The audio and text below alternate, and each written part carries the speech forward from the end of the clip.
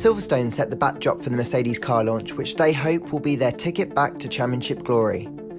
It's back to black for the livery of the W14 as part of what the team say is a significant project to reduce the car's overall weight. The Silver Arrows enjoyed one of the most dominant runs in F1 history from 2014 to 2021, picking up an incredible 8 constructors and 7 drivers' titles. But no winning run lasts forever, and Mercedes's came to a shuddering halt last year. With F1's big rules reset came a new order, and the Silver Arrows, for the first time in almost a decade, weren't top of the tree. They simply got their car wrong last year, and were way off the pace as Ferrari and Red Bull did the early run-in. But Mike Elliott's technical team knuckled down to get a handle on what was wrong with the car, and then set about fixing it. And towards the end of the year, it looked like they'd done just that. They largely cured the porpoising problems that plagued them in the early part of the year, and unlocked pace from the car too. Lewis Hamilton got close to breaking their winning duck in Austin, before George Russell then got the job done in Sao Paulo, taking a sprint and Grand Prix double, his maiden wins in the sport. So after a year of hard work, they had clawed their way back to the front. But have they carried the lessons they learned from a painful 2022 into their new car and ironed out the problems? And will the new W14 be fast enough to get them regularly fighting for wins again this year and back in the championship hunt?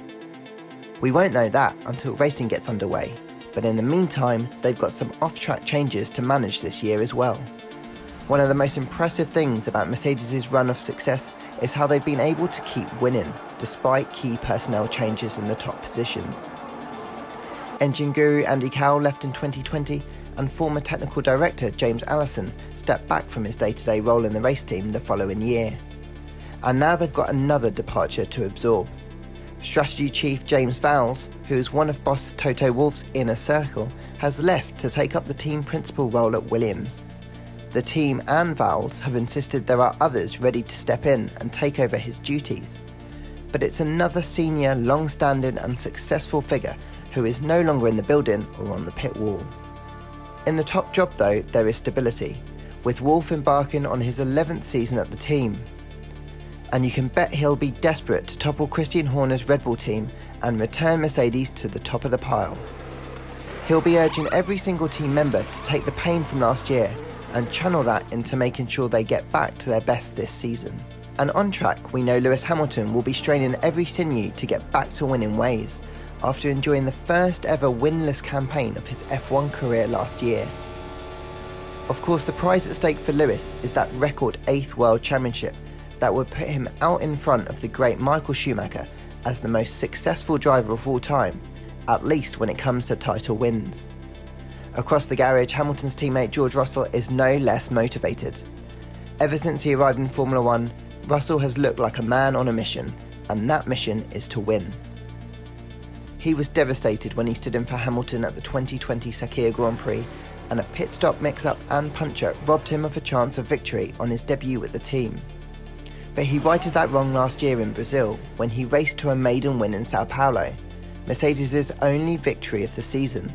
That day he led home teammate Hamilton for the 1-2, and he'll be aiming to make sure Lewis is behind him again this year.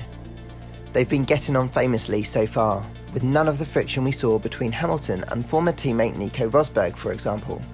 But it remains to be seen if they'll stay on such friendly terms if they're fighting each other for the championship. Now make no mistake, last year hurt Mercedes badly, but they say there's nothing more dangerous than a wounded animal. And every Mercedes fan out there will be hoping that rings true for the Brackley-based team this year.